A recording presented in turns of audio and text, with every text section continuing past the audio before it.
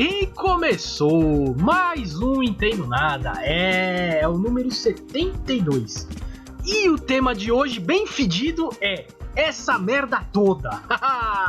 Hoje a gente vai chutar o balde aqui, hoje vai ter palavrão, hoje o bicho vai ser legal, vai ser muito bom aqui. Tema este que será apresentado por este que vos fala, Luiz Rossi, e por ele, ele que é fã da marca Bosta em Lata, Flávio Santos. Muito bom dia, boa tarde, boa noite. Esse é o Entendo Nada Podcast, uma mídia streaming e você ouve onde, como e quando quiser. Olha, pelos assuntos que se desenvolveram aí na última semana, pelo que a gente colocou no roteiro, daria para sair uma sequência de palavrões que duraria 24 horas. Porque não tem nenhum assunto light aqui. Mas eu e o Luiz, a gente resolveu fazer esse episódio também para desabafar, para colocar nossa opinião, porque a nossa origem sempre foi essa, dar nossa opinião, não de assuntos específicos, que a gente não entende nada, como diz o tema do podcast. Mas de colocar para fora, de falar, e esse vai ser um episódio para desopilar, para jogar para fora, desabafar, para dar opinião, porque tem muita coisa pra gente falar. E é isso aí, Luiz, vai ser um episódio de temas fétidos, mas nós estamos bem cheirosinhos aqui, eu te garanto. Sim. A bem dizer, a Bosta em Lata, se quiser patrocinar a gente aceita também, viu? Estamos aí. Já usei desse esterco aí já uma vez para as plantas lá em Indaiatuba lá. E é bom, pior que o negócio é bom. Mas, já que falamos da marca, né? Se quiserem patrocinar, estamos aí. Não, é o tipo de mercado que ninguém pensa, que todo mundo pensa em desenvolver um aplicativo, em fundar uma startup. E às vezes o sucesso tá na merda. Você não lembra. Sucesso tá na merda, não tenho dúvida. Mas não estamos aqui para falar desta merda, e sim estamos para falar da merda que vivemos, né? Que olha que situação que a gente tá, cara. Puta que pariu. Hoje não temos convidados, seremos só eu e o Flávio aqui, programa raiz. Como o Flávio disse, vamos dar a nossa opinião, que não vale nem dois, muito menos um tostão furado, ou $1 furado, o que seja, não vale nada. Mas estamos aqui para fazer isso hoje. Hoje a gente vai soltar aqui, chutar o balde, fazer tudo o que tem que fazer. Mas vamos lá, vamos começar aqui, que os temas são pesados, a gente pegou aí. Só o que aconteceu nas últimas 2 semanas, acho que nem isso. Eu acho que o primeiro tema aqui que a gente colocou, que são as mortes pela Covid, né? E infelizmente todo mundo tá passando por alguma coisa, todo mundo perdeu alguém próximo, conhecido, familiar, tá todo mundo perdendo alguém. E acho que essa semana tivemos a morte do Paulo Gustavo, né? Isso acendeu um negócio, um alerta nas pessoas, assim, que, poxa, quer dizer que se tivéssemos vacina, talvez ele não teria morrido, talvez o pai do meu amigo não teria morrido, o seu Milton Zanata, que faleceu. E já deixo até uma lembrança aí pro Daniel, que está com Covid também, tá bem, ainda bem que está bem. A mãe da doutora Cláudia, que entrevistamos aqui, está com Covid, está internada, tá lá, não está entubada, pelo menos isso, mas está internada. A doutora Cláudia também teve Covid. Ou seja, a gente tem recebido notícias de pessoas que morreram e que estão com Covid, algumas melhores, outras piores. E parece que a morte do ator Paulo Gustavo, comediante, que foi, né, nessa semana aqui, parece que acendeu isso, ligou as pessoas, né? Eu não ouvia muita gente falando sobre a vacina como está falando agora. Além do que está faltando vacina. É uma coisa assim surreal. Quem tomou a primeira dose não tá conseguindo tomar a segunda. Quem quer tomar a primeira agora, que tá nos 60 anos também não tá conseguindo. E também, depois ainda vamos falar aqui do nosso querido presidente, né? Que não andou aceitando vacinas aí. Ofereceram várias vacinas pra ele, não quis nenhuma. Ainda vamos falar dele. No momento é isso. É isso. Só falar aí. Daqui a pouco a gente chega lá. Mas no momento, eu acho que a gente tem que falar sobre isso, né, Flávio? Que quantas pessoas próximas... Eu não sei você, eu tive tudo. Você viu? Em uma semana. Isso tudo que eu tô falando aqui foi em uma semana. Inclusive na live da semana passada a gente falou do pai do Daniel, estava internado, estamos torcendo para ele. E infelizmente não resistiu, faleceu. Então, gente que tá falecendo, gente que está internada, gente que está com Covid, amigos meus que estão com sequela da Covid, que ficaram com sequela da Covid, inclusive estavam tratando de trombose, não vou falar quem, a pessoa pediu para não falar, mas estavam tratando trombose, porque ficou com a sequela. Então, assim. Muita gente que a gente tá aqui. Eu não sei se eu peguei isso daí, eu não tive nenhum grande problema até agora, Mas assim, é sorte, Flávio. Você eu sei que você tem saído mais, eu tenho ficado mais em casa, né? Apesar que eu tenho ido pra Indaiatuba, tenho ido buscar algumas peças de lustre e tal, mas eu tenho me cuidado assim, num cagaço. E você, Flávio, como que tá aí pro seu lado aí? Olha, também tenho ficado com bastante frequência em luto. Eu tenho perdido amigos, familiares menos. Eu perdi um primo há coisa de um ano. E a primeira coisa que ele perdeu o olfato, em 4 dias ele morreu. E eu tenho visto muitos amigos da minha faixa etária morrendo, coisa que eu não via antes. Esse meu primo era um pouco mais velho, mas eu perdi um amigo meu que mora aqui 3 ruas para cima da minha casa, e ele tinha 40 anos. Eu encontrei com ele no mercado, 15 dias antes dele morrer. A gente conversou, deu risada. 15 dias depois ele morreu. Ele foi entubado no domingo e morreu numa terça-feira, no mesmo dia que ele sentiu o sintoma no domingo.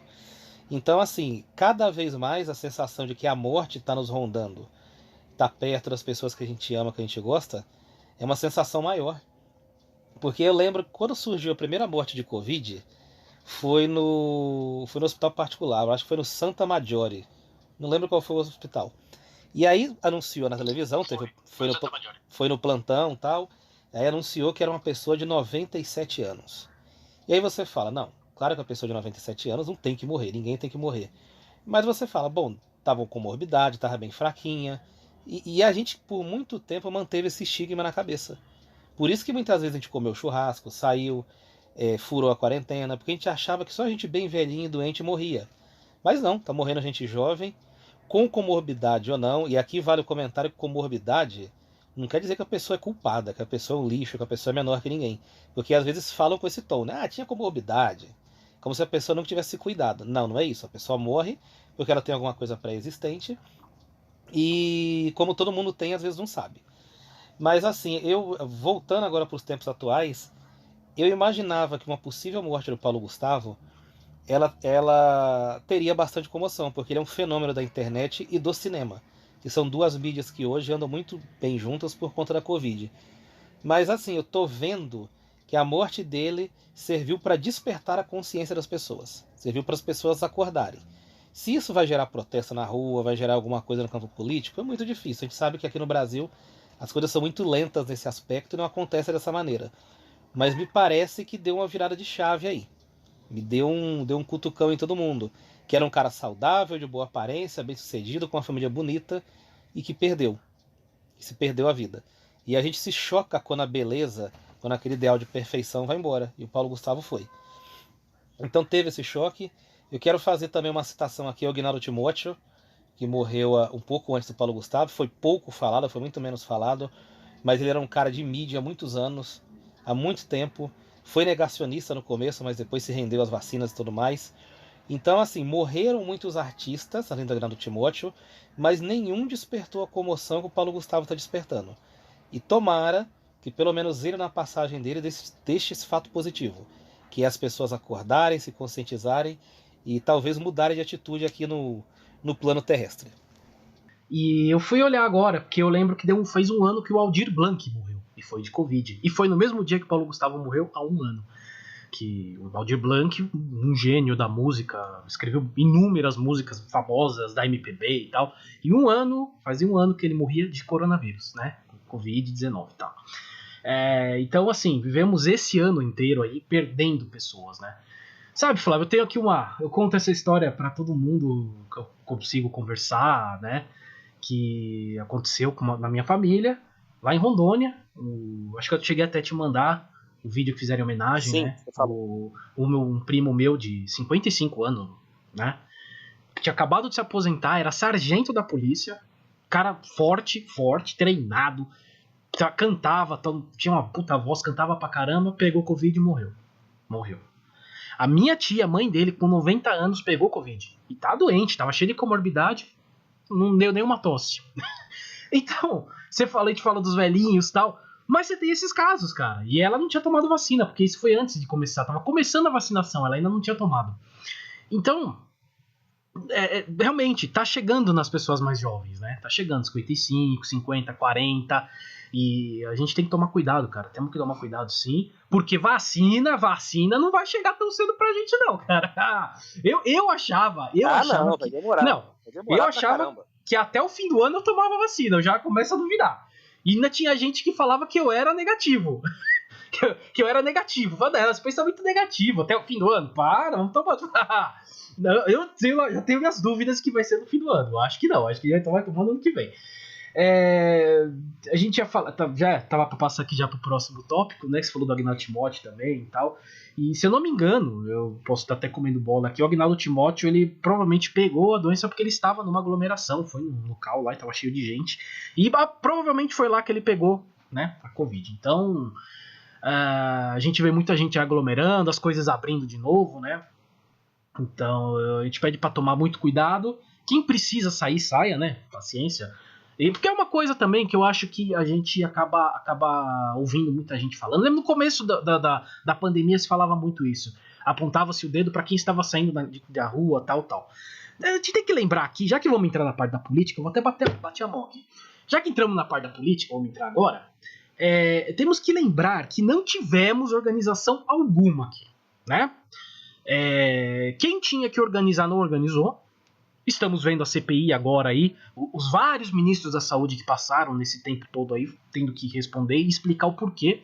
Porque não foi oferecido vacina pro presidente. Eu lembro que na época ele até falou que não, aqui não vou receber, que tem que vir atrás de mim aqui e dá de graça ainda, porque aqui o país é não sei o que. Não aceitou nenhuma das que foi oferecida, da Pfizer, da Johnson, da não sei quem. Foi oferecida várias. Parece que foram 11 tentativas de oferecer vacina pro governo brasileiro. E não se foi aceito. E aí, isso me dói. Isso me dói. Se não fosse o Dória, olha, como me dói falar isso. Se não fosse o Dória, a gente não tava vacinando ainda. É sério isso. Se não fosse o Dória, a gente não tava vacinando. E olha que dali pra mim, dali tá tudo no mesmo patamar, né? É tudo gente da mesma laia, é tudo merda, como a gente tá xingando aqui hoje. Incrível isso, incrível. Se não fosse o Dória, a gente tava aqui. Então, quando a pessoa tá saindo para trabalhar, tendo que se aglomerar e tudo mais, é porque não tem auxílio emergencial. Ah, mas teve auxílio de R$600, que foi o Congresso que colocou por 600, porque não era para ser esse valor. Não temos auxílio emergencial, ficamos alguns meses sem. Volta o auxílio emergencial, além de ser um valor baixo, para bem menos gente. Né? Para bem menos gente. Uma merreca. Eu recebi auxílio emergencial no passado, eu tava precisando. Eu sou autônomo, eu precisei, eu peguei. Esse ano eu não recebi. E por quê? Porque eu não posso mudar meus dados do ano passado. É incrível. Eu tenho os dados do ano passado, eu já me separei, eu tô sozinho, eu não posso receber porque ainda consta como se eu tivesse casado. É bizarro isso. É bizarro. Então, a gente não tem auxílio emergencial, não tivemos um governo para organizar. Não, teve toda uma falha de gestão, né? Foi uma falha coletiva. Total. Desde o começo, olha, outro dia eu ouvi uma entrevista do Temer, e olha só o que o Bolsonaro faz com a gente. A gente começa a ser grato ao Dória e começa a achar o Temer a coisa mais maravilhosa do mundo, porque comparado com o Bolsonaro, qualquer coisa é legal. Aí o Temer estava dizendo assim, perguntaram para ele o que ele teria feito no lugar do Bolsonaro. E o Temer, muito elegante, usando mesóclise, próclise, enclise, né? Todo aquele vocabulário dele, ele falou, eu simplesmente, no primeiro momento, eu teria criado um gabinete de crise. Só isso. E a partir daí, a gente tomaria as decisões. O que é o gabinete de crise? O cara junta lá os ministros, junta os especialistas, que se reúnem sempre, não precisa ser um gabinete físico, mas é uma equipe fixa ali, e aquela equipe fixa vai se comunicar com o governador, prefeito, que era o que deveria ter sido feito. Mas, na verdade, e assim, para mim tem um momento muito claro que o combate à pandemia ele afundou. Quando o Bolsonaro fez aquele discurso da morte. Para mim, aquilo foi um diferencial, porque assim, eu moro num bairro da periferia, e assim, aqui as pessoas cagam pra pandemia, literalmente. É pipa combate, é funk, ninguém tá nem aí. Mas por incrível que pareça, nos primeiros 15 dias, eu olhava na janela e a rua tava parecendo Copa do Mundo. Não tinha ninguém. E aí o Bolsonaro veio, vamos trabalhar, gente, vamos parar de ficar em casa, não sei o quê. Aquele discurso fatídico. No outro dia eu já vi mudança. Então a gente falhou na gestão, falhou em unir as pessoas em torno do combate à pandemia, desde governadores, prefeitos, senadores e a sociedade e organizações sociais. Foi uma falha coletiva, porque a gente votou mal na última eleição, e não estou falando só do Bolsonaro, estou falando de muita gente que está aí, mas a gente também falhou no combate. A figura do Bolsonaro, ela é muito clara, mas a gente falhou em tudo. Quando a gente não consegue convencer algum parente nosso, algum amigo nosso que a gente tem proximidade, é uma falha nossa, porque talvez, claro que a gente sabe que as pessoas são muito teimosas e cabeças duras às vezes, mas às vezes também a gente falha na comunicação, porque está muito irritado, está muito de saco cheio de tudo, ainda tem paciência para explicar, mas a gente falhou tremendamente na comunicação e o governo falhou em não ter um gabinete de crise. E eu faço voz ao que você falou aí, faço coro. Eu nunca vou perdoar o Bolsonaro por eu estar elogiando Dória, por eu estar elogiando Temer e por eu estar elogiando todo mundo aí. Ele é muito culpado disso aí e eu odeio ele por esse motivo também. Não, a gente aqui já tá vendo o Lula com uma esperança, né? De novo, pois o Lula comandando. É incrível, isso é incrível, incrível. Eu jamais imaginei que eu pensaria em votar no Lula. É surreal tudo isso, surreal. E não só, você falou um gabinete de crise, você chamar as empresas, chamar os bancos, chamar todo mundo, falar, meu, tamo na merda, tamo ferrado, vai todo mundo se ferrar aqui, tá todo mundo fudido, vamos dar um jeito, cara. Segura aí o juro, segura não sei o quê, dá uma segurada na cobrança. Cara, faz as pessoas não saírem na rua. Dá um crédito a mais, solta um crédito na praça, reduz o imposto. É isso, cara, é isso. Vamos agir, vamos fazer as coisas do jeito que dá. E o Brasil poderia fazer. O que dói mais é que o Brasil tinha condições de fazer. Tanto de vacinar, quanto de deixar as pessoas em casa, como de organizar tudo isso, organizar bem o SUS. Se não fosse o SUS, a gente já tava passando mais de 1 milhão aqui. Mas fácil. Sim. Mas fácil, de 1 milhão de mortos, fácil. Do jeito que tá, hein? Da bagunça que tá. O SUS ainda também segurou a bronca. E a gente tinha tudo aqui. Tudo. Faltou um líder. E aí a gente sabe como é, né? Até o Temer seria o líder, pelo amor de Deus. Olha, cara, que situação. Ai, que situação. Não, chegamos nesse ponto. Tá com saudade do Temer. Saudade do Temer. Coisa impressionante. E você falou aí de baixar os juros e tal. Momento de crise coletiva, todo mundo tem que dar sua cota de sacrifício. Só que o problema dessa crise é que só o pobre deu a cota de sacrifício. E não foi nenhuma cota, ele foi arrancado. A cota dele foi arrancada. Banco não teve cota de sacrifício, porque o Bradesco anunciou aí um lucro de milhões, de bilhões. Santander, Caixa Econômica, todo mundo lucrando. Empresas lucrando, grandes varejistas lucraram porque estão vendendo online. Mas assim, o pobre que está na ponta da linha, o cara anônimo, o cara autônomo, o cara que trabalha de camelô, esse aí se lascou. E agora tem que ficar numa fila. Você passa na frente dos bancos aqui na periferia, 6 horas da manhã tem uma fila quilométrica. Por quê? Porque as pessoas, infelizmente, não são alfabetizadas digitalmente. Elas não sabem mexer em celular, não sabem mexer em aplicativo. E porque tem que ir lá por causa da burocracia chata. Mas meu cartão não sei o que lá, tem que ir lá. Então assim, só quem se deu cota de sacrifício foi o pobre. O cara rico, o cara que poderia ter feito, como você bem disse aí, baixado os juros, negociado aqui e acolá, reduzido o imposto. Esse aí não fez porcaria nenhuma. Então a cota de sacrifício foi só no lombo do pobre. Só no pobre. E vemos aí agora uma CPI, né? A gente não vai adentrar tanto no tema da CPI, até porque a gente não entende muito, né? Eu falo por mim, eu não entendo praticamente nada. E provavelmente teremos uma convidada aqui que vai explicar pra gente a CPI. A gente vai conseguir, estamos atrás aí. O Flávio tá conseguindo já os contatos dele e a gente vai conseguir. Então não vamos falar muito da CPI em si, mas do que ela pode provocar. Isso acho que a gente consegue fazer aqui, né? Infelizmente eu tenho essa impressão, né, a não ser que pareça algo muito grave na CPI, algo assim realmente muito material, né, de que aconteceu alguma coisa ali. Eu creio que nós vamos sangrar junto com o Bolsonaro até o fim do governo dele. E eu coloco nós porque a gente tá ferrado, a gente vai sangrar junto, né? Estamos. E ali você observa que é só político assim que entende do que tá fazendo, né? Um cara do gabarito do Renan Calheiros, por exemplo. É um cara que sabe muito bem o que ele tá fazendo. E o porquê que eu tô achando isso, que ele vai sangrar? Ele não vai cair, não vai ter um impeachment por enquanto, aparentemente não vai.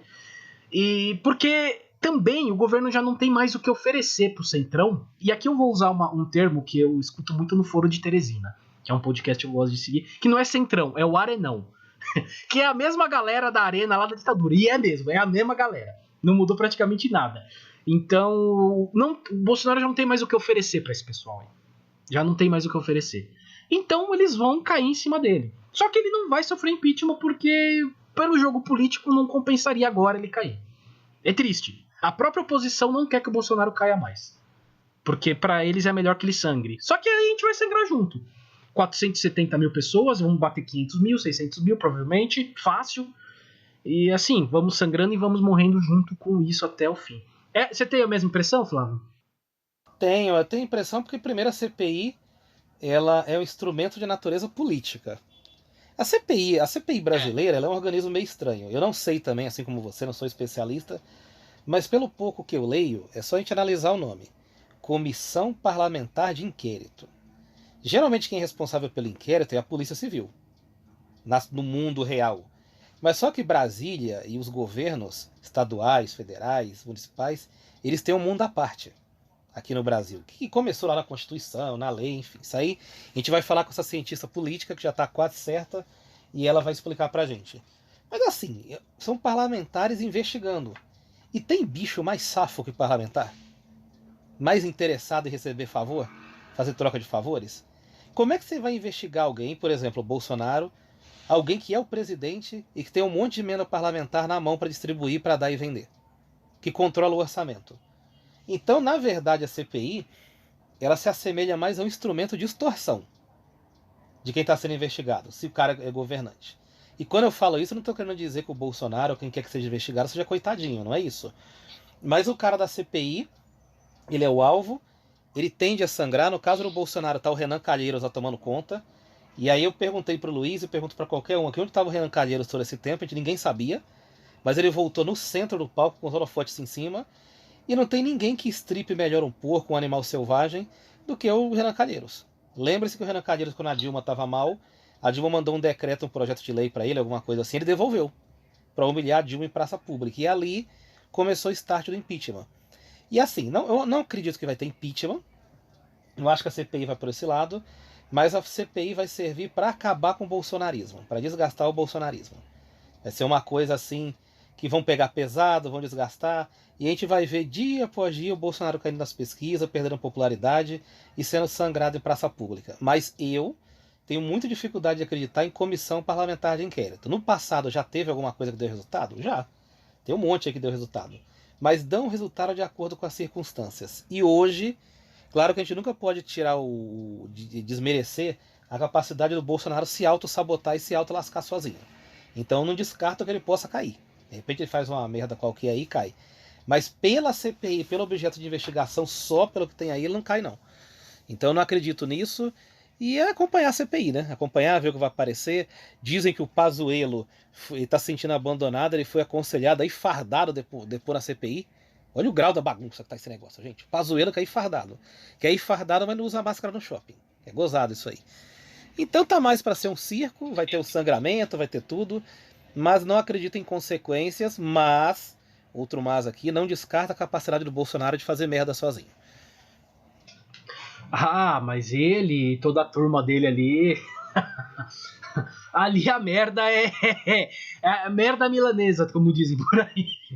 É uma situação que, olha, a família, ele, Paulo Guedes, cara, Paulo Guedes. Rapaz, o menino Paulo Guedes, que não fez porra nenhuma, não tá fazendo porra nenhuma, e tá lá, tomando nas costas todo dia, mas tá lá, né? Tá lá.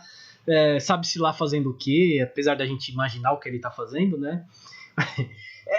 Olha, tamo bem e vamos sangrar junto até o fim. Ai, que desgraça, cara, que desgraça.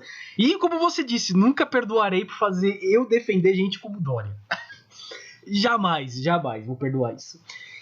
E no meio de tudo isso, Flávio, acontece mais uma daquelas tragédias que a gente não costumava ver no Brasil, mas que de um tempo pra cá vai aumentando aos pouquinhos, começa a aumentar, que foi o ataque à creche na cidade de Saudades, lá em Santa Catarina.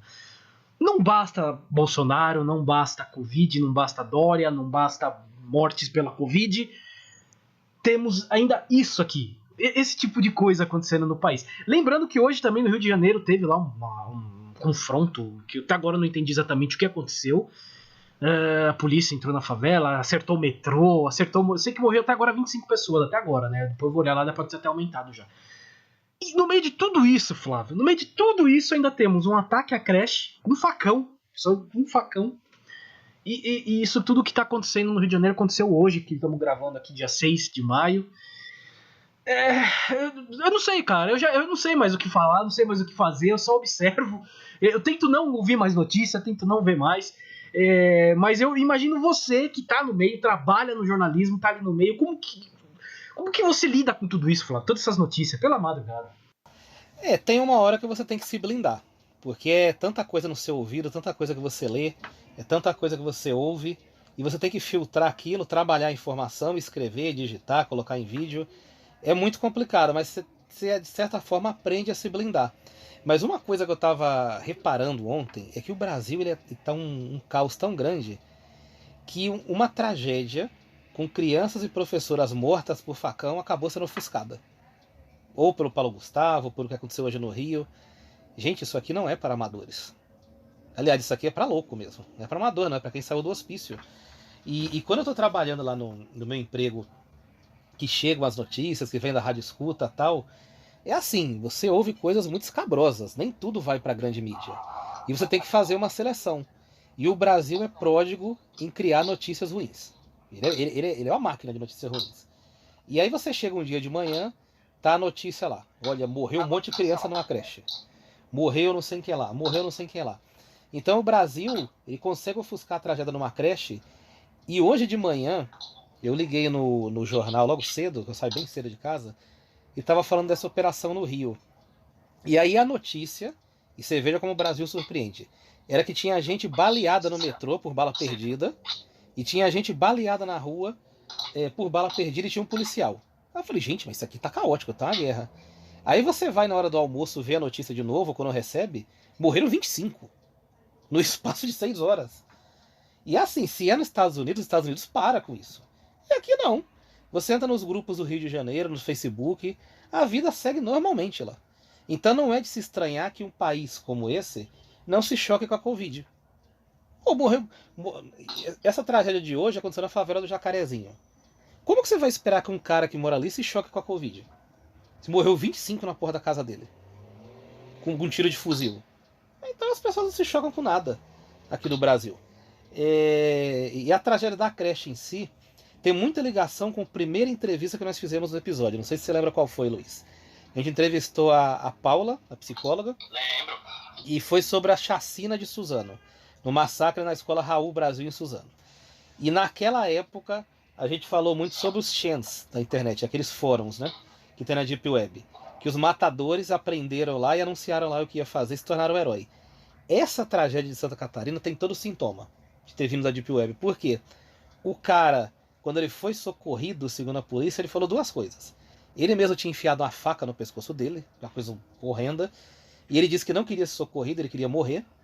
E a segunda coisa que ele falava insistentemente era para saber quantas pessoas ele teria matado. Ele estava muito curioso para saber quantas pessoas mataram. E os caras que se inspiram nesses fóruns da Deep Web, que anunciam lá os crimes, eles tentam matar o maior número de pessoas possível e quebrar recordes em chacinas. Se o outro matou 10, o cara vai matar 15. Então, no intento dele, esse cara de Santa Catarina, ele fracassou. Porque na teoria dele morreu pouca gente. Mas tem toda a pinta de ter vindo da Deep Web. Provável. Foi a teoria que eu li também. Muito provável que sim tenha vindo da Deep Web, desses fóruns, desses chains, né, como eles falam. E, sim, eu lembro que foi acho que o primeiro que nós fizemos entrevista mesmo, né? Ainda não fazíamos assim Skype direto, e a gente mandava as questões e a pessoa respondia pra gente, ou encaixava na edição. E olha, realmente quando houve esse ataque em Suzano, nossa, eu lembro que parou o país, todas as notícias eram voltadas para isso. E realmente, a nossa situação é tão trágica, é tão terrível que foi ofuscado, né? Foi ofuscado, muita gente nem tem acompanhado mais notícias e eu entendo que não queiram acompanhar notícias, eu entendo. Então, realmente, eu acho que mereceria até a gente trazer alguma outra pessoa para entrevistar também, conversar, explicar melhor como funciona esses grupos, esses fóruns. Eu acho que também caberia bem aqui. Flávio, é a tragédia que a gente vive. E assim, a gente pegou coisas aqui que aconteceram nas últimas semanas. A gente não foi, eu falei do Aldir Blanc faz um ano, mas o Agnaldo Timóteo faz umas 2, 3 semanas, parece mais tempo, né? Mas não faz tanto tempo assim. Paulo Gustavo essa semana, o que aconteceu aqui, os mais próximos também foi tudo nessa semana, tudo isso nessa semana. A gente vive isso faz um tempo já, hein, Flávio? Eu lembro um tempo atrás, a gente conversou, a gente nem fazia podcast ainda, a gente tinha parado já o Bola Redonda, e que a gente começou a conversar quando o Lula foi levado para prestar depoimento, lembra? Coercitivo. Sim. E a gente conversou, né? A gente conversou nesse dia. Falou, meu, que bizarro, o que tá acontecendo, né? E a nossa impressão foi, aparentemente não vai parar tão cedo isso. E a gente tá vivendo isso desde aquela época, Flávio. E eu lembro perfeitamente o dia que Aldir Blanc morreu. Porque você mandou o link para mim. Eu e o Luiz, a gente troca link o dia inteiro. Um dia menos, outros mais, depende da nossa rotina. A gente sempre troca. E assim, o Luiz mandou o link para mim e nós dois ficamos estarrecidos. Nossa, o cara morreu, gente. Chegou na classe artística o negócio. Porque eu acho que ele foi um dos primeiros artistas de peso, assim, mais famosos que morreu. E a gente, nossa, tá morrendo artista. Cara, você sabe o que é isso? Não é no Hospital de Boimirim, não é no Vila Penteado, não é no Tid Setúbal, é o Aldir Blanc. Pô, e desde então, se a gente for ver a quantidade de artistas, de pessoas ricas que morreram, é uma coisa impressionante. Até 15 dias atrás, 20 dias, o Einstein estava em colapso. A gente tem noção do que é o Einstein estar em colapso? O Sírio-Libanês está em colapso? Não tinha leito. Agora sim, deve estar com os 95%, 90%, o que é altíssimo. Mas estava com 100% de ocupação. Hospital particular. Então, assim, depois da época do Lula, a gente sempre acha que não vai piorar muito, ou vai piorar só para um lado. Não, mas aqui no Brasil piora para outros lados que você nem imagina. Aparece coisa que você nem imagina. E assim, eu queria fazer só um comentário sobre o mundo místico.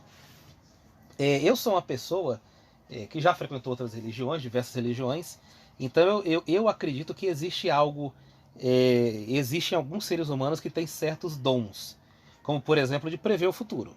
Acho que a imensa maioria é charlatanismo, mas tem ali 1%, 2% que realmente tem esse dom. Charlatanismo, muita gente com problema mental também, que ouve voz e acha que tá ouvindo do além, não é nada disso. Mas tem 1 ou 2% que é sério.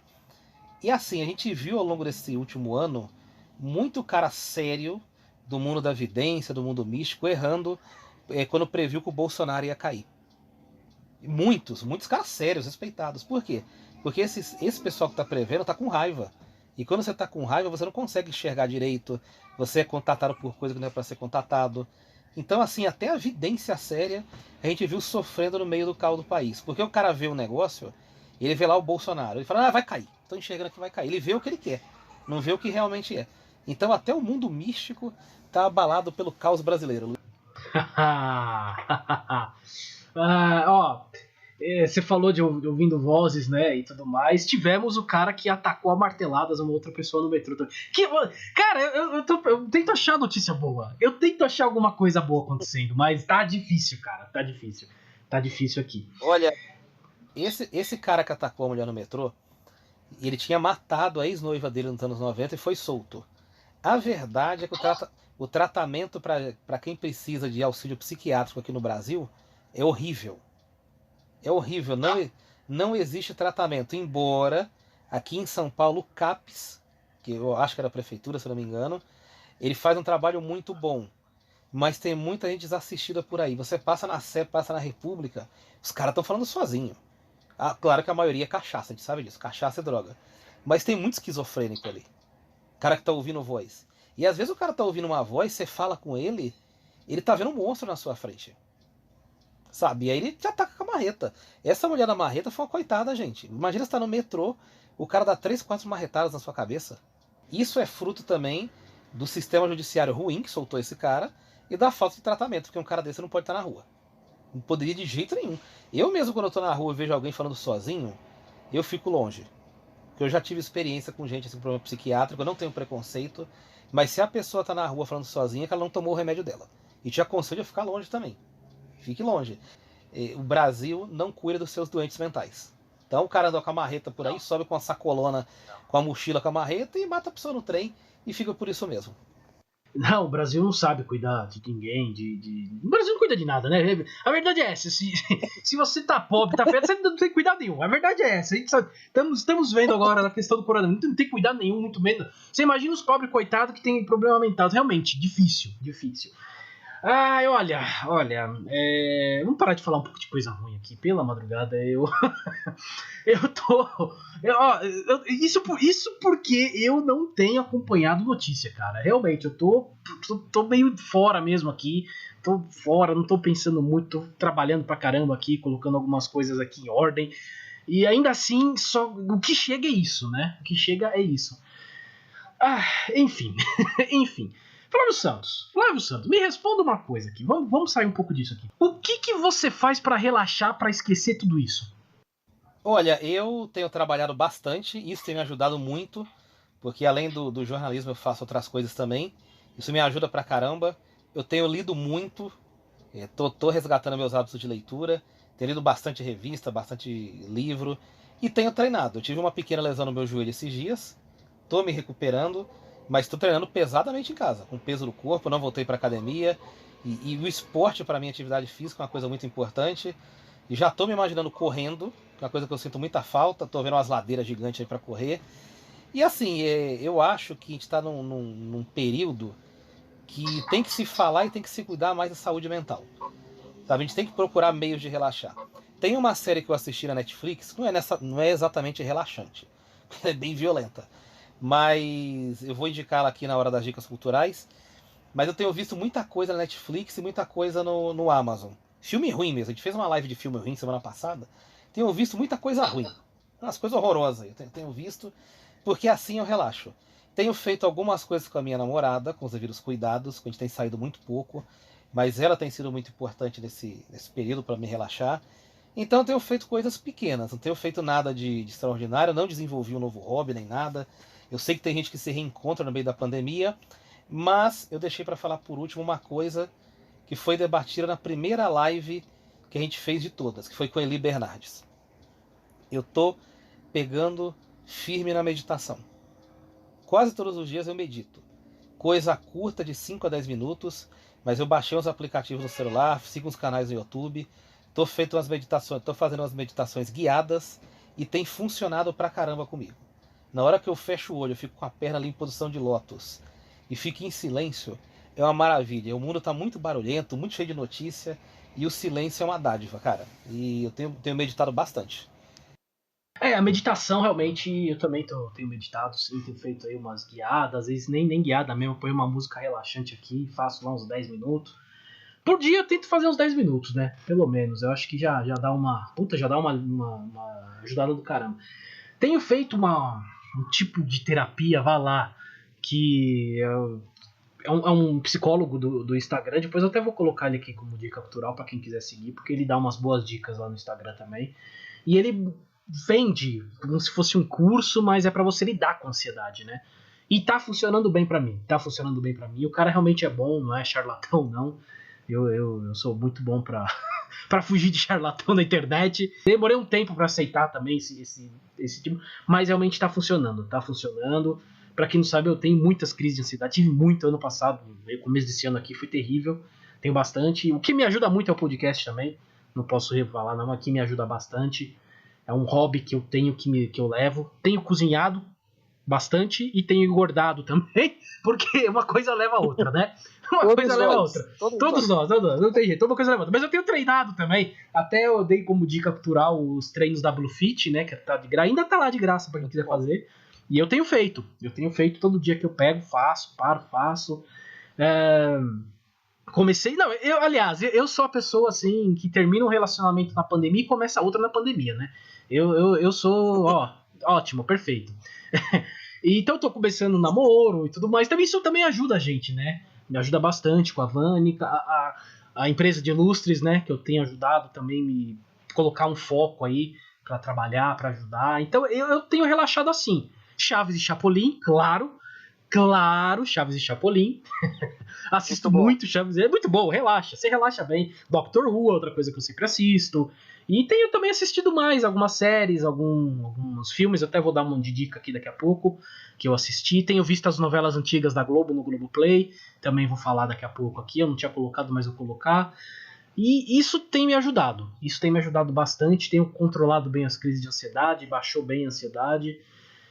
E, bicho, é o que eu tô fazendo, eu não tô acompanhando mais notícia, não. Infelizmente, isso tudo que a gente debateu aqui chegou em mim. São coisas grandes, não tem como você fugir disso. Notícias grandes e tal, mas eu realmente não tenho mais acompanhado muita coisa, não. E fico nessa, também tô mais em casa, né? E se cuidar, né, Flávio? Não tem muito jeito, não. Eu fiquei assustado e abismado esses dias que eu tive que ir na São Bento, né? Lá na ladeira da Constituição. Pra quem não sabe que é São Paulo, essa ladeira da Constituição, você sai na São Bento, entra na Florêncio de Abreu, ela é uma rua que te leva na 25 de março. Ou seja, aquilo é um formigueiro, né? Aquilo é um formigueiro humano. Eu fui numa terça-feira, 11 da manhã, e assim, não tinha ninguém na rua, Flávio. As lojas abertas, porque já tava abrindo de novo, os vendedores na rua e ninguém na rua. Por um lado eu fiquei aliviado, porque eu precisava ir, não tinha jeito, eu preciso ir comprar as coisas, a gente tem que fazer as coisas, infelizmente, tem que trabalhar. Mas fiquei assustado de ver como as coisas estão paradas ainda. E aí eu acho que não é só pelo fato de tudo estar abrindo, as pessoas vão voltar a fazer as coisas, não, as pessoas estão sem dinheiro. Elas estão sofrendo aí para comer, para fazer as coisas, então isso reflete. E aquilo me assustou, eu realmente fiquei assustado. Que eu não posso ser leviano aqui de dizer que os números da economia são manipulados. Mas eu tenho a impressão que o buraco é muito maior do que o oficial. Eu também acho. É muito maior. Eu corto cabelo num cara chamado Pedrinho. Pedrinho é raiz, gente. Pedrinho é aquele cabeleireiro que tem a espuminha dele lá e tal. Ele é raiz. E assim, cara, antes eu ia lá, num sábado ou no domingo, e sábado e domingo são dias nobres de salão, eu ficava na cadeira lá meia hora sentado. Porque tinha gente cortando cabelo na minha frente. Hoje em dia eu vou lá e corto direto. Em 10 minutos eu corto o cabelo. Meu cabelo é só raspar mesmo, né? O cara vai lá, raspa, faz o canto e eu venho embora. Então, assim, eu sinto no dia a dia, não é só observando de maneira técnica, né? Por assim dizer. Eu sinto no dia a dia, tá tudo vazio. Tem gente andando na rua, mas as lojas estão vendendo muito pouco. Teve um pequeno boom quando reabriu o comércio, que tinha muita coisa acumulada. Mas que as lojas estão vazias, estão. Os shoppings estão cheios. Semana passada eu tive que ir num shopping Penha, na Zona Leste. O shopping tava lotado, tava com fila para entrar. Agora o comércio de rua, que é o cara pobre, como eu disse lá no começo, o cara que é autônomo, o cara que pegou o fundo de garantia, abriu um salãozinho, abriu uma lanchonetezinha, abriu uma coisa assim, esse tá lascado. Porque as pessoas sumiram. Tem gente andando na rua, mas ninguém tá nas lojas. E centro comercial, como o Luiz viu aí, dá para ver muito mais isso. Infelizmente, me parece que o buraco é maior do que realmente os números mostram. Realmente tá aparecendo sim que é maior, sim. Aí, enfim, a gente veio para gravar, para xingar, acabamos desabafando, falando das nossas dores aqui. Foi a nossa enfim, terapia. Foi, olha, realmente foi. Acho que a gente tá precisando chutar um balde aqui, falar algumas coisas. E, enfim, você que tá ouvindo a gente aí, se chegou até aqui, né? Se não desistiu antes do caminho aí, ouvindo tanta desgraça que a gente tá falando aqui. Manda pra gente também aí o que tá te afligindo, o que tá que a gente posta, a gente fala, a gente responde. Manda aí também que esse episódio a gente tá fazendo pra isso mesmo, é pra dar pra falar alguma coisa aí e tal. Se você estiver fazendo alguma coisa que tá te relaxando, alguma dica, manda também. Manda pra gente, o que você estiver vendo, assistindo, fazendo, enfim, manda pra gente aí que olha, tamo precisando, Flávio, tamo precisando. Tamo. Pode mandar aí. Se reúne todo mundo aí. Depois a pandemia, depois de terminar, a gente se reúne, toma uma gelada. Isso. E aí vamos contar as alegrias, as agruras e tocar em frente. Mas pode mandar mensagem que a gente lê aqui no ar. Eu sei que todo mundo está precisando ser ouvido nesse momento, trocar ideia. E para isso nós estamos aqui também. Não somos só mega podcasters da Rede Mundial de Computadores. Opa! Vamos aí. Rede Mundial de Computadores. Essa aí, olha, voltei no tempo, voltei lá pro Tetra do Brasil. Rapaz, 94, olha. Parece aquele livrinho da Databyte. Curso de computação é uma coisa de muito velho, gente. Ninguém faz mais isso. Já tamo tudo velho, Flávio. Já, aqui a gente já tá passando olha, tamo já com o pé na cova nós dois aqui. Mas enfim. Estamos no cabo da boa esperança. Tamo no cabo da boa esperança. Esses dias eu conversei com um moleque de 11 anos. Moleque muito inteligente, o Pedro, né? O moleque falou de Bitcoin. O moleque falou de Bitcoin. Ele falou, não, mas o Bitcoin tá valorizando muito, você acha que é uma bolha? Eu falei, filho, eu não sei isso não. Faz essas perguntas difíceis pra mim, não. Conversa com seus amigos aí de 11 anos.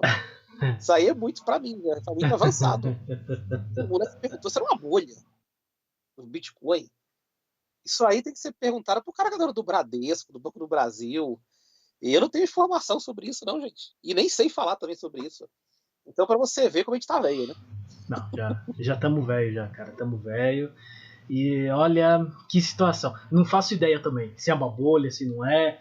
Olha que dia. Ai, chega. Vamos falar de coisa boa, vamos passar para as dicas culturais. Dicas culturais. Flávio Santos, o que você tem visto, assistido? Manda aí pra gente. Olha, é curioso falar dessa série, porque é uma série muito bem feita, mas ela é mega violenta. Então, se você tá meio pra baixo, eu não aconselho a ver.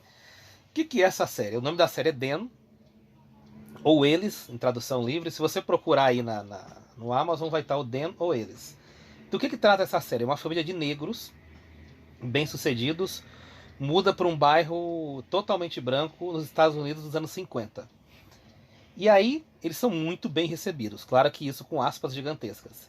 A primeira coisa que os brancos do bairro fazem é colocar um monte de cadeira ao redor da casa e fazer uma vigília. O dia inteiro sobre os negros que estão morando ali. Nisso na primeira noite. Na segunda noite colocaram um monte de boneca negra e colocaram fogo ao redor da casa. Queimaram o chão, o gramado da casa, e escreveram fora macacos. Isso foi o primeiro episódio. Então o episódio trata de racismo, mas também trata do sobrenatural.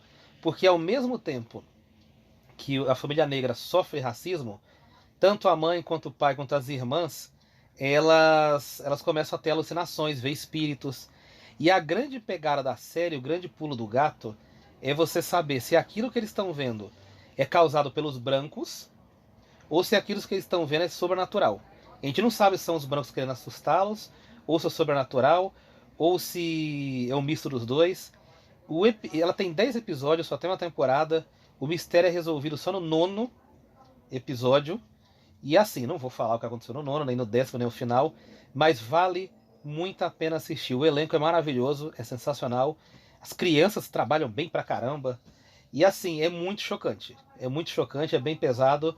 Tem um episódio chamado, o episódio 5, que chama, o nome do episódio, se eu não me engano, é porque tem uma cena que fala essa frase, mas eu não sei se é o nome do episódio também, que chama Saco no Gato.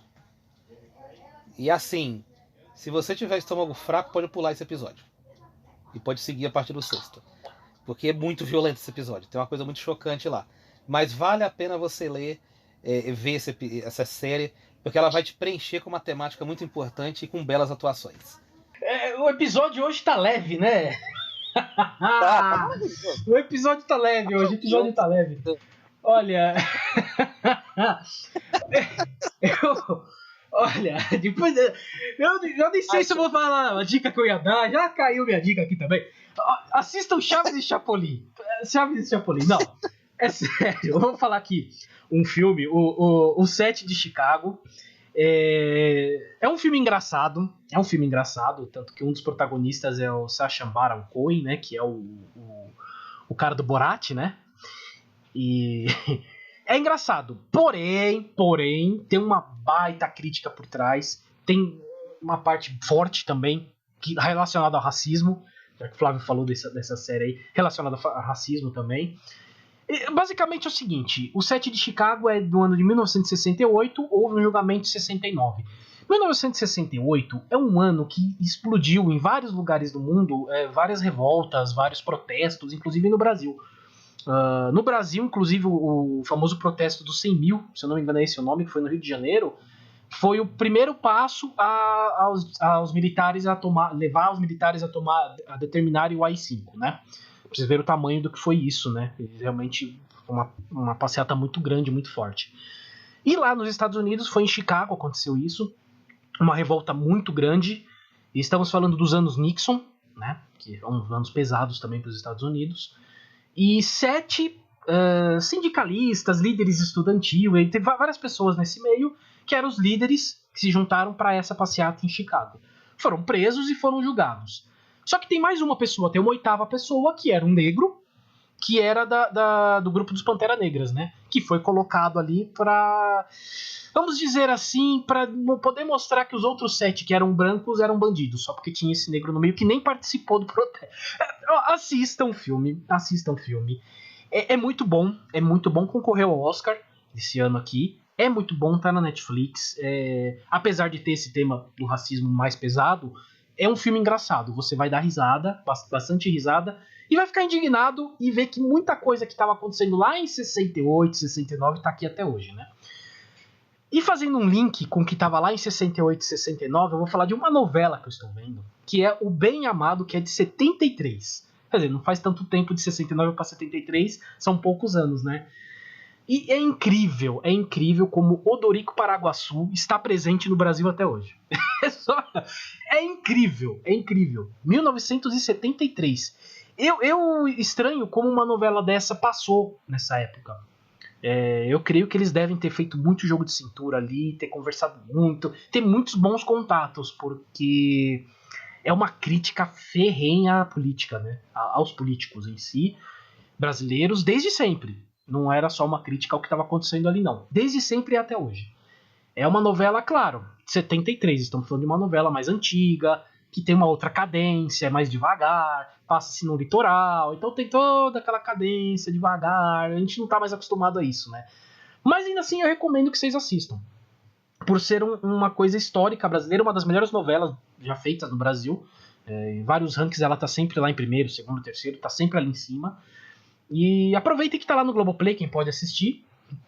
Eu recomendo muito, porque é a cara do Brasil até hoje.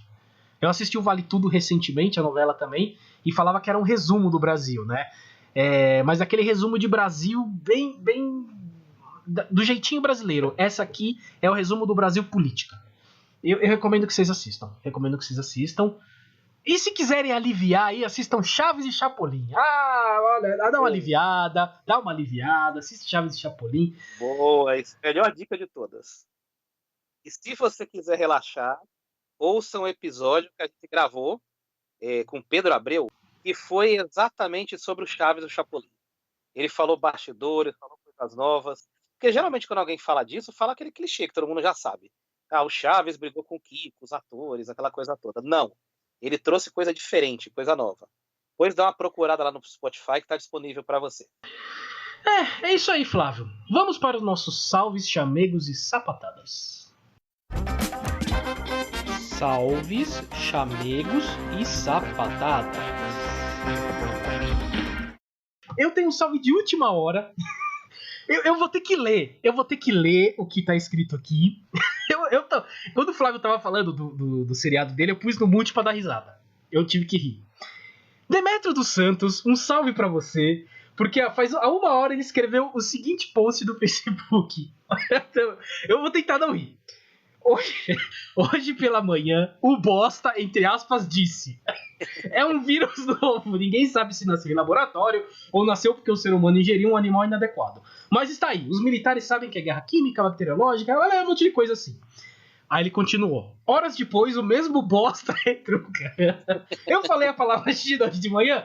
Eu não falei. Eu que é guerra bacteriológica, guerra química, eu sei porque eles têm informação. Só falei isso, mais nada. Agora ninguém fala, vocês da imprensa não falam onde nasceu o vírus? Falem! Ou então medo de alguma coisa, fale, a palavra é China, não estava no meu discurso de hoje. Aí o Demetrius termina assim. E eu, em momento algum, disse que o bosta acima era o Jair Messias Bolsonaro. Eu só posso bater palma. Genial. Foi muito genial. Eu só posso bater palma. Cara, eu tô chorando de rir aqui, é sério, eu tô chorando de rir. Tava precisando dar uma risada dessa aqui. Não, eu acho incrível porque encaixou exatamente com o tema do episódio hoje. Sim, exatamente. Eu antes de entrar no episódio, foram as últimas coisas que eu li. Eu achei fantástico. Porque o Demétrio já entrevistou ele também. Eu não lembro qual foi o tema. Foi alguma coisa relacionada às ciências, à geopolítica, alguma coisa assim. Geopolítica, sim. Demétrios é um cara. Isso, um cara muito inteligente. E assim, ele posta pouco no Facebook. Só quando ele posta, vale a pena ler. Ele posta assim, a cada 15 dias, né, Luiz? É bem pouco frequente. Só quando ele posta, vale a pena parar e ler. É sensacional. É sensacional. Não, é sensacional, é sensacional. Ele tem muito pouco tempo, na verdade, ele trabalha bastante, né? Trabalha na Carta Capital, tem a editora dele. Então ele é um cara que trabalha muito, então ele não tem muito tempo. Mas quando ele entra é pra postar coisas assim. Olha, Demétrio, salve pra você, porque puta, essa que eu... Você derrubou a apresentadora aqui, eu tava chorando de rir até agora aqui, eu não tô aguentando. Ai, mas Flávio Santos, vamos para os seus salves. Bora, tem 2 salves, que são 2 anúncios, 2 jabás dos 2 próximos episódios. A gente vai gravar nas próximas horas, inclusive, um programa sobre café. A gente vai entrevistar uma barista que mora na Austrália e que é especialista em café e dá curso sobre café. Então ela vai falar da experiência dela lá em outro país e também dá dica de como fazer um café gostoso, como fazer um café diferente e falar um pouco desse universo. Também tá praticamente agendado, falta só as últimas definições. A gente vai conversar com uma cientista política da Universidade Federal do ABC. Essa mulher, ela entende muito de política e vai explicar pra gente o que é uma CPI, como funciona a CPI e as opiniões dela a respeito da CPI do Covid-19. Então tem 2 grandes episódios aí se avizinhando e logo vai ter live também, tô fechando os últimos detalhes, a gente tá fechando aqui, mas tem esses 2 mega episódios aí no horizonte já nos próximos dias. Boa, olha, vai vir episódio legal aí, Flávio, bastante coisa legal vindo aí. E esse do café realmente vai ser vai ser bem interessante. Eu quero perguntar pra ela, já tô dando até as perguntas aqui antes do que a gente vai falar, né? Eu quero saber, na opinião dela, se quem toma café sem açúcar é sociopata. Eu preciso saber dessa questão dela, sobre ela. Mas enfim, eu vou perguntar isso pra ela. Enfim. Bom, a gente tava conversando durante a semana, né, Flávio? A gente conversou aqui. E incrível que num episódio desse, que a gente. Na verdade foi de última hora, porque a gente. tivemos aí alguns problemas com outro convidado, acabou não dando certo, a gente entrou de última hora aqui. Mas eu tinha falado com o Flávio de chegar nessa parte aqui, depois do convidado falar as suas. Fazer seu jabá, falar sobre quem ele quer mandar salve e tudo mais. Que infelizmente a gente teve que abrir um espaço para em memória, né? Colocar aqui um obituário. E é incrível, porque jamais imaginei lá, quando a gente começou a fazer o podcast lá em 2018, que a gente teria que ter um espaço para isso. Porque dos últimos episódios para cá, a gente tá sempre falando de alguém que faleceu, de alguém que tá se recuperando da Covid, tá internado, tá mal tal. E nessa semana a gente teve o Paulo Gustavo, claro, né? Famoso, e acho que a gente nem precisa falar muito mais, já falamos bastante sobre. Mas o senhor Milton Zanata, né? Que é o pai do Daniel. Ele, na gravação que a gente fez da live na semana passada, falamos dele, né? Que ele tava no hospital, tava entubado, tava passando, mas que a gente tava torcendo, né? Torcendo, rezando pra quem reza, torcendo pra quem a gente torcer, que ele sairia. Mas infelizmente não teve como. No dia seguinte eu já recebi a notícia, faleceu. E situação muito complicada. Ele tinha tomado uma dose da vacina, da AstraZeneca, então a gente ainda não sabe exatamente o que aconteceu, se só meia dose, a gente não sabe. E pra ajudar, o que é uma boa notícia também, não é uma notícia ruim, mas no mesmo dia, quase na mesma hora, o irmão mais velho do Daniel, né, filho do seu Milton Zanata, estava tendo alta do hospital, com Covid também, estava saindo do hospital. É complicado. O Daniel está com Covid agora também, a esposa dele, Elisângela, que também já foi entrevistada aqui, também está. E assim, jamais, Flávio, jamais imaginei que a gente teria que ter um espaço de obituário no nosso podcast, Flávio. É muito triste, a gente comentou isso fora do ar também. E as redes sociais nos últimos tempos viraram um grande obituário. É muito comum a gente abrir lá, tá uma cruz de luto, tá uma foto mostrando alguém chorando, fazendo homenagem. Eu quero mandar um forte abraço pro Zanata. Esses dias ele colocou a foto, acho que do pai dele, não sei se foi da missa de sétimo dia, algo assim, e eu achei muito emocionante, muito tocante. E ele sempre tá participando das lives que a gente faz. Sempre tava colocando coisa engraçada, coisa legal. E é muito triste a gente ver como a vida vira em questão de dias. Então eu quero mandar um abraço, sinta-se abraçado. Se precisar de mim e do Luiz para trocar uma ideia, falar alguma bobagem aí, é só entrar em contato. E esse episódio foi dedicado a seu pai, a você e a todas as pessoas que pereceram de Covid, que perderam algum parente. E todos sintam-se abraçados e confortados. Eu e o Luiz não podemos fazer grande coisa, a gente só fala umas besteiras aqui, e às vezes nem acerta também no que a gente está falando, mas você pode ter certeza que a intenção é a melhor possível quando a gente está gravando aqui. Então sintam-se abraçados, porque esse assunto é realmente sério e a gente já perdeu gente próxima, sabe como é. Abração, gente. É isso, um abraço para todos aí. Mas é isso, vamos para o encerramento. Mas antes, eu vou passar aqui os nossos canais de contato, que é o entendonadapodcast@gmail.com, o Facebook, que é o Entendo Nada Podcast, o Instagram, que é o @entendonadapodcast, e o Twitter, o Twitter que eu entendo N Podcast, porque não o Entendo Nada, alguém já está usando lá, tá parado, mas não dá para se usar. Então eu tive que inventar aqui, Entendo N Podcast. Lembrando que estamos em várias plataformas, estamos no Spotify, estamos nos vários agregadores, Apple Podcasts, Google Podcasts, e enfim, todos os agregadores que tiver, estamos lá. É só procurar por Entendo Nada Podcast. Estamos no YouTube também, inclusive essas lives que a gente faz no Instagram, fica no nosso IGTV, e também vai pro YouTube. Alguns episódios eu não consegui colocar no YouTube, eu não sei exatamente o porquê, mas o vídeo não funciona, não vai, não sei o que acontece. Mas normalmente está lá no YouTube. Além disso, o Flávio andou colocando alguns vídeos também. Eu sei que ele andou postando uns vídeos que ele andou fazendo com imagens e tal. E tá lá no YouTube. É só procurar lá. Entendo Nada Podcast. Inscreva-se no nosso canal, que sempre vai ter alguma coisinha nova lá para vocês ouvirem. Certo, Flávio? Mais do que certo. Logo, logo tem conteúdo no YouTube. Minha vida tá muito corrida aqui, mas eu já separei uns roteiros. Falta só dar uma gravadinha, um acabamento no editor de vídeo. E a ideia é essa, é colocar cortes, colocar vídeos lá no YouTube com imagens, pra gente alimentar aquele canal. E a gente não negligenciou nos últimos anos. É que, na verdade, é um podcast aqui. A origem é um podcast. Então, a gente só colocava podcast lá com imagens, né? Mas é um negócio que a gente gosta de fazer. Eu e o Luiz, por exemplo, curtimos muito fazer as lives. É divertido pra caramba, a gente adora. Então, a gente gosta também de brincar com os vídeos. Vamos investir bastante nisso aí. E é isso aí. Mais um episódio encerrado, Luiz. Missão cumprida. Mais um episódio encerrado, é isso, e a gente teria feito mais vídeos se não tivesse sido a pandemia, né? Que planos a gente tinha. A pandemia só não deixou a gente fazer. Mas estamos colocando lá, estamos colocando mais lá. Fechamos, Flávio, é isso aí, mais um episódio, dessa vez um desabafo, né? Aqui a gente soltou um pouco pra falar, um pouquinho mais aqui, desabafar. E de novo lembrando, se alguém tiver aí querendo conversar, querendo mandar alguma dica pra gente aí, pra dar uma relaxada, tal, pode vir falar com a gente, tamo aí, o espaço aberto pra vir falar, pra desabafar e tamo junto. É isso aí, Flávio, fechamos? Fechamos, fomos. Fomos, valeu!